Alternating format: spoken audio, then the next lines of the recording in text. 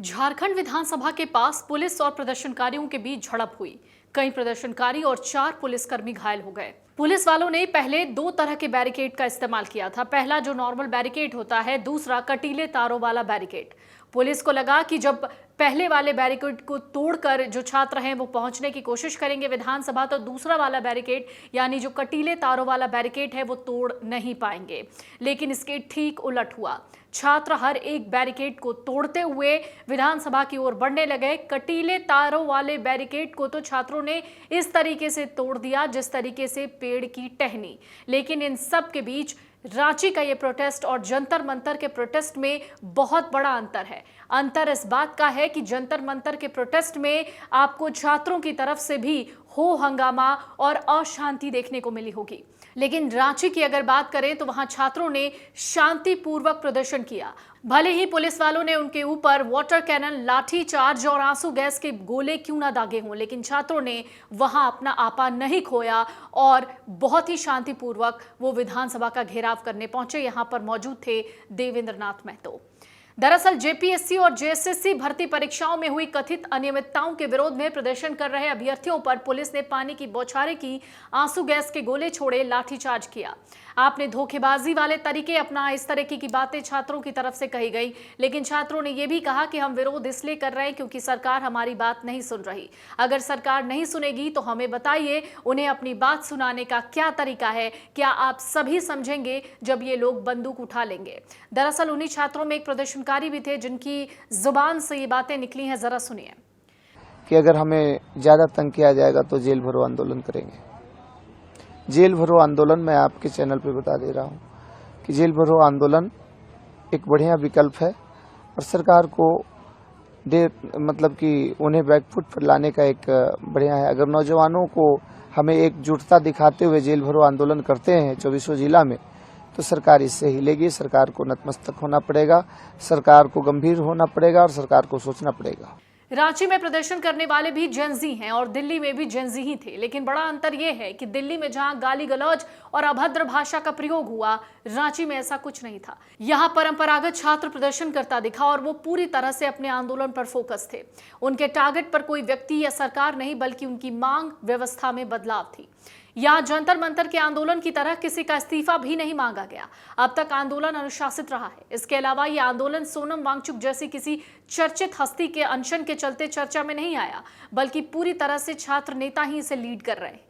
इस आंदोलन के अनुशासन की देश भर में चर्चा है। कई बार पुलिस प्रशासन की ओर से बल प्रयोग हुआ, लेकिन अब तक छात्रों ने कोई उग्रता नहीं दिखाई। यही नहीं, जिस हेमंत सोरेन सरकार के खिलाफ वो प्रदर्शन कर रहे हैं, उसी के दिवंगत नेता शिबू सोरेन की तस्वीरें भी सम्मान के साथ लहरा रहे हैं। इसके बावजूद अपनी मांगों के अलावा कोई दूसरी बात इन्होंने नहीं कही, किसी समाज वर्ग को भी टारगेट नहीं किया। रांची के इस आंदोलन के दौरान सीधे प्रधानमंत्री नरेंद्र मोदी पर भी कोई आपत्तिजनक टिप्पणियां नहीं हुई, जैसा कि दिल्ली के जंतर मंतर पर हुआ था। हेमंत सोरेन का नाम भी छात्र सम्मान से ले रहे हैं। झारखंड बंद के ऐलान के बाद रांची पुलिस हाई अलर्ट पर है। बंद के दौरान किसी भी तरह की अप्रिय स्थिति से निपटने के लिए राजधानी में सुरक्षा व्यवस्था कड़ी कर दी गई है। इस बीच बीजेपी ने रांची बंद बुलाया है, उसका भी असर देखने को मिल रहा है। पुलिस की ओर से सेंसिटिव इलाकों में विशेष निगरानी रखी जा रही है। रांची पुलिस की नजर खासतौर पर जयपाल सिंह स्टेडियम में मौजूद छात्रों पर भी है। पुलिस को लग रहा है कि बंद के दौरान छात्र आंदोलन को लेकर कहीं शहर की स्थिति न खराब कर दें। इन सब को लेकर जो सुरक्षा बल हैं वो तैनात हैं। पुलिस कर्मियों को हाई अलर्ट पर रखा गया है। अब जाते जाते ये समझ लीजिए इस आंदोलन में कौन कौन सी परीक्षाएं विवाद में हैं। सबसे पहला नाम है 14वीं JPSC combined civil services preliminary exam और जेएसएससी सीजीएल का। इसके अलावा प्रदर्शनकारी जेपीएससी जेएसएससी की दूसरी भर्ती परीक्षाओं को लेकर सवाल उठा रहे। 14वीं जेपीएससी परीक्षा के परिणाम जारी होने के बाद कट ऑफ और परिणाम प्रक्रिया में पारदर्शिता को लेकर सवाल उठे। बीजेपी और दूसरे संगठनों ने भी परीक्षा परिणाम रद्द करने और सीबीआई जांच की मांग की थी। आंदोलनकारियों और सरकार के बीच हुई बातचीत में 14वीं जेपीएससी की प्रारंभिक परीक्षा रद्द करने और एक उच्च स्तरीय जांच कमेटी बिठाने की मांग पर सहमति तो बनी, लेकिन जेएसएससी सीजीएल की परीक्षा रद्द कराने की मांग पर राज्य सरकार ने कहा यह परीक्षा हाईकोर्ट और सुप्रीम कोर्ट के निर्देशों के अनुसार कराई गई थी, फिलहाल उनकी निगरानी में है, इसलिए सरकार के पास इसे कैंसिल करने का अधिकार नहीं है। देवेंद्र नाथ महतो गुट के एक छात्र नेता है। रविंद्र पासवान, उनका कहना है कि सरकार से जब वार्ता हुई तो सरकार ने स्टूडेंट की लगभग सभी मांगों पर सहमति जताई, लेकिन कुछ मुद्दे अभी भी सुलझे नहीं हैं। खासतौर पर 14वीं जेपीएससी बैकलॉग 2023 और जेपीएससी बैकलॉग 2025 परीक्षाओं को लेकर सरकार ने इन तीनों को रद्द करने का विचार करने का फैसला किया है।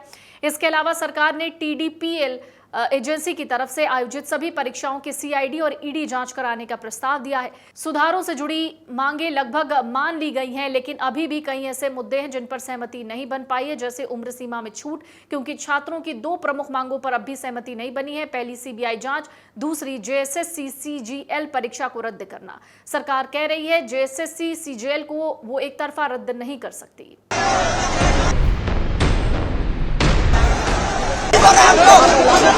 बर्बरतापूर्ण लाठीचार्ज की गई है। हेमंत सोरेन जी, आपको ऐसा नहीं करना चाहिए।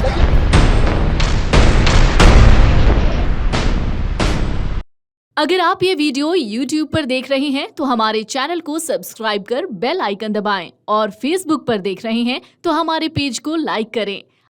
अगर आप ये वीडियो YouTube पर देख रहे हैं तो हमारे चैनल को सब्सक्राइब कर बेल आइकन दबाएं और Facebook पर देख रहे हैं तो हमारे पेज को लाइक करें।